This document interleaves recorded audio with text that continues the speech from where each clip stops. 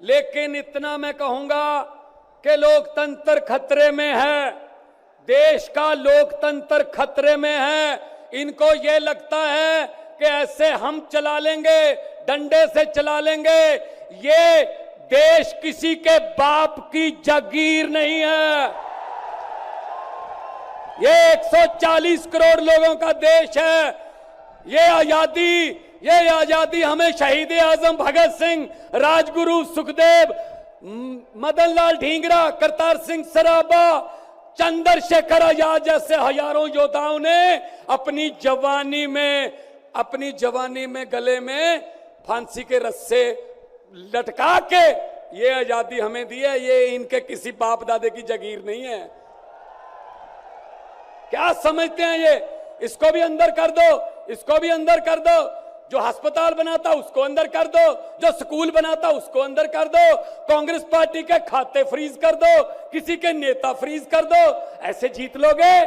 हम वो पत्ते नहीं हैं, हम वो पत्ते नहीं हैं जो शाख से टूट कर गिर जाएंगे। आंधियों को कह दो अपनी औकात में रहें।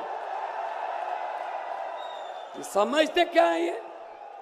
अरविंद केजरीवाल को अंदर कर दो, हेमंत सोरेन को अंदर कर दो, इसके घर ईडी भेज दो, इसके घर इसकी एमपीशिप कैंसिल कर दो, इसका घर छीन लो। अरे मालिक तुम हो, इन घरों के मालिक तुम हो। इन घरों की मालिक 140 करोड़ जनता है।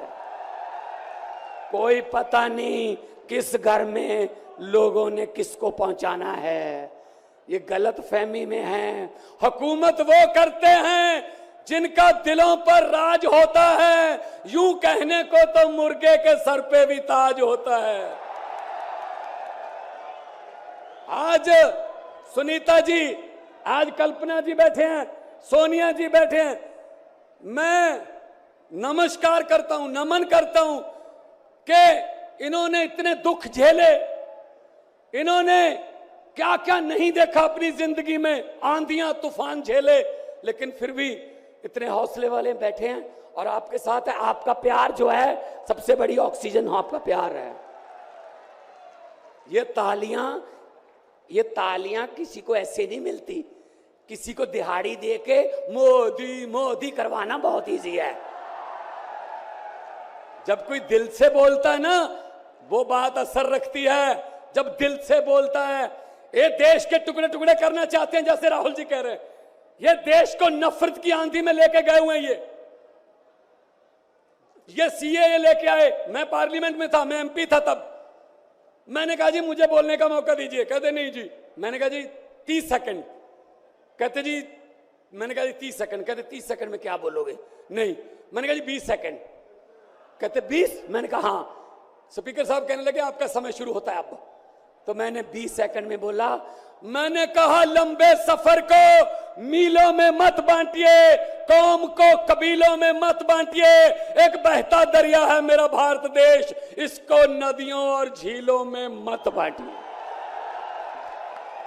अरविंद केजरीवाल को तो गिरफ्तार कर लोगे, लेकिन उसकी सोच को कैसे गिरफ्तार करोगे? जो लाखों अरविंद केजरीवाल देश में पैदा हो चुके हैं, उनको किस जेल में कैद करोगे? अरविंद केजरीवाल एक व्यक्ति नहीं है, अरविंद केजरीवाल एक सोच का नाम है। इंडिया गठजोड़ इकट्ठे हैं, सब इकट्ठे हैं। आज सभी के, मेरे ख्याल में कईयों के तो कैमरे भी कांपने लग गए होंगे, ये इकट्ठे कैसे बैठ गए? ये चाहते नहीं हम इकट्ठे बैठे, कभी ये इधर से कभी इधर से, कोई अफवाह। लेकिन मैं ये कहना चाहता हूं सबको कि आओ इकट्ठे हो जाएं और इन भ्रष्टाचारियों को कह दो, भगवंत मान ने बोला था, इन भ्रष्टाचारियों को कह दो कि जितने मर्जी इकट्ठे कर लो पैसे, हीरे, मोती, मगर ख्याल इतना रहे कफन पे जेब नहीं होती। कोई पैसा साथ नहीं जाएगा। लूट लो देश को, कितना लूटना है। गरीबों की बद्दुआएं ना लो, गरीबों की बद्दुआएं ना लो। हर बात पे झूठ चल रहा है, हर बात पे जुमला चल रहा है, झूठ पे झूठ, जुमले पे जुमला। अभी जुमले बनाने वाली फैक्ट्रियां चल रही हैं। अभी आने वाले दिनों में आपके पास नए नए जुमले आएंगे, यकीन मत करना। मैंने तो पार्लियामेंट में बोल दिया था। मैंने कहा जी 15 लाख की रकम लिखता हूं तो कलम रुक जाती है, 15 लाख की रकम लिखता हूं तो कलम रुक जाती है, काले धन के बारे में सोचता हूं तो स्याही सूख जाती है। हर बात ही जुमला निकली। मोदी जी अब तो ये भी शक है क्या चाय बनानी आती है? मुझे लगता चाय भी नहीं बनानी आती होगी, जिस किस्म का झूठ चल रहा है। दोनों हाथ ऊपर खड़े करके 2 नारे लगा दीजिए, इनकलाब, इनकलाब, भारत माता की। जनता ही मालिक है, आप मालिक हैं और आपको तय करना है कि देश के शासन में कौन बैठने का काम करेगा। आज यहां दिल्ली की जनता से पूछना चाहते हैं, वो लोग नारा लगा रहे हैं, टारगेट फिक्स कर रहे हैं, अब की बार 400 पार। ऐसा लग रहा है कि पहले से ही ईवीएम सेटिंग हो चुका है। ये लोग फिर भी आप लोगों से पूछना चाहते हैं कि आप लोग, ये लोग जो नारा लगा रहे हैं, क्या वो सच होगा या वो सत्ता से बेदखल करिएगा? हाथ उठा के बताइए, इनको सत्ता से बाहर करना है कि नहीं करना? आज हम सब लोग देख रहे हैं कि देश में अघोषित इमरजेंसी लागू हो चुकी है। देश में सत्ता में जो लोग बैठे हैं तानाशाह रवैया अपनाने का काम कर रहे हैं, घमंडी हो गए हैं लोग। और आज हम लोग किसी को गाली देने नहीं आ रहे, लेकिन जो आंख से देख रहे हैं वो बताने आ रहे हैं, जो महसूस कर रहे हैं वो बताने आए हैं। सत्ता में लोग जो बैठे हैं, विपक्ष का धर्म बनता है, कर्तव्य बनता है कि उनसे हम लोग सवाल करें। आज मेरा मानना है कि देश में सबसे बड़ा अगर दुश्मन है तो बेरोजगारी है, महंगाई है, गरीबी है। आज यहाँ लोग हैं, नौजवान हैं, नौजवानों से पूछना चाहते, बताओ कितने नौजवान यहाँ जो हैं मोदी जी ने नौकरी दिया? हाथ उठा के बताइए। कोई नहीं मिलेगा। मोदी जी ने कोई नौकरी नहीं दी, सब कुछ जो है प्राइवेटाइज कर दिया। और हम लोगों ने बिहार में जब कांग्रेस लेफ्ट इंडिया अलायंस की सरकार थी, 17 महीने में 5 लाख नौकरी हम लोगों ने देने का काम किया। आज किसान तबाह है, युवा परेशान है, लेकिन किसानों से मोदी जी को मिलने का समय नहीं है। मोदी जी मिलते तो प्रियंका चोपड़ा से मिलेंगे, किसानों से नहीं मिलेंगे। अक्षय कुमार को इंटरव्यू देते थे पिछले चुनाव में, इस बार बिल गेट्स को बुला करके इंटरव्यू देने का काम कर रहे हैं।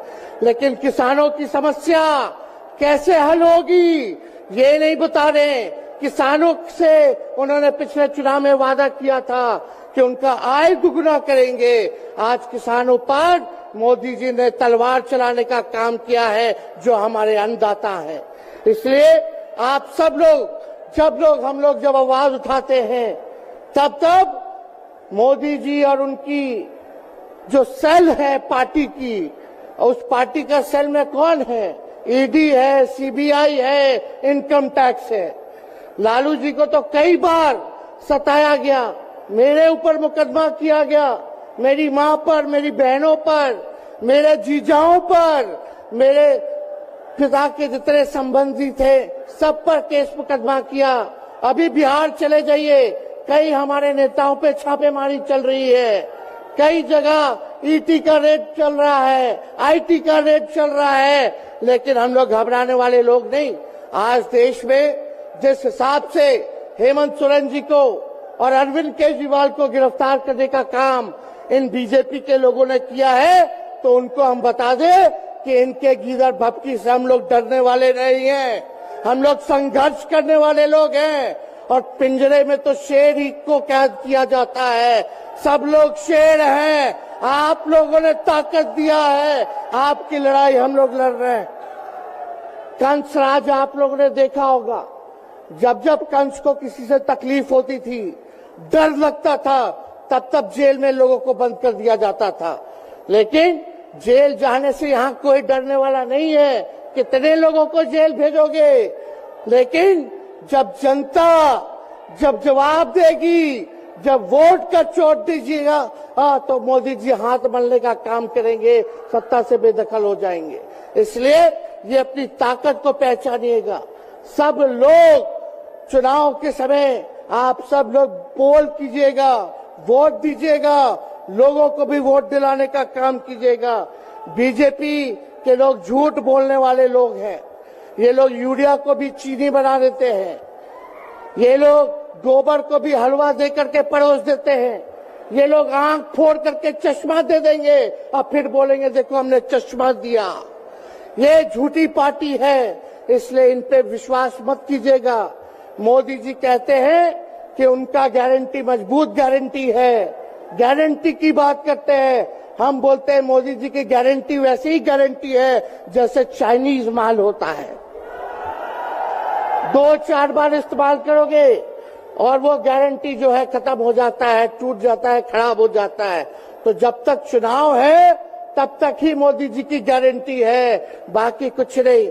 2 करोड़ रोजगार का क्या हुआ, 15-15 लाख रुपए का क्या हुआ, ये जवाब नहीं देने वाले, लेकिन हमेशा जो है प्रोपेगेंडा चलाने का काम करते हैं और लोगों को भटकाने का काम करते हैं।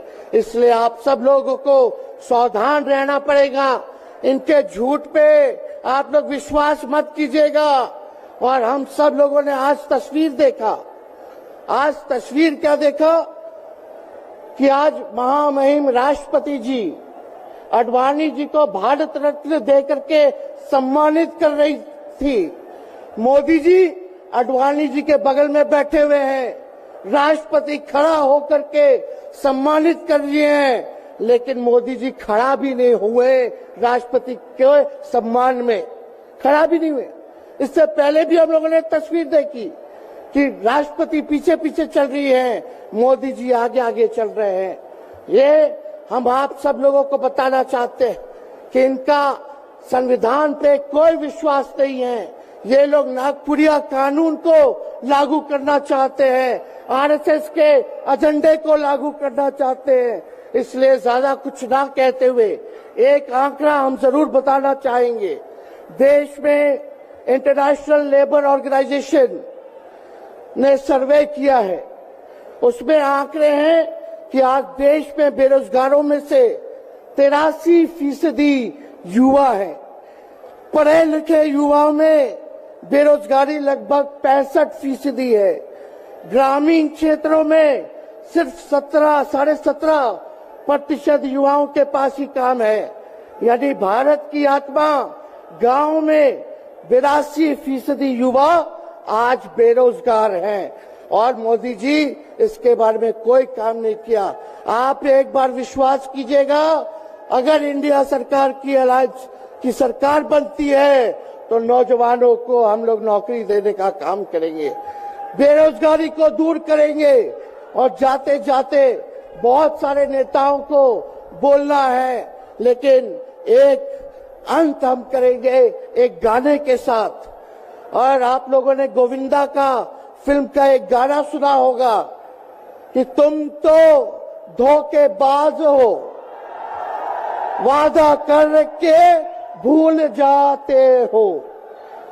रोज रोज मोदी जी तुम ऐसा करोगे, रोज रोज मोदी जी तुम ऐसा करोगे, जनता जो रूठ गई तो हाथ मलोगे। अरे तुम तो धोखेबाज हो, वादा करके भाग जाते हो। तो आप सब लोगों को बहुत बहुत धन्यवाद। आप सब लोगों का आशीर्वाद मिले और हम सभी लोगों जो है आज मिसेस केजरीवाल और हमारी बहन कल्पना जी के साथ हम लोग जो है मजबूती के साथ खड़े हैं और इस लड़ाई को लड़ेंगे और जीतेंगे। बहुत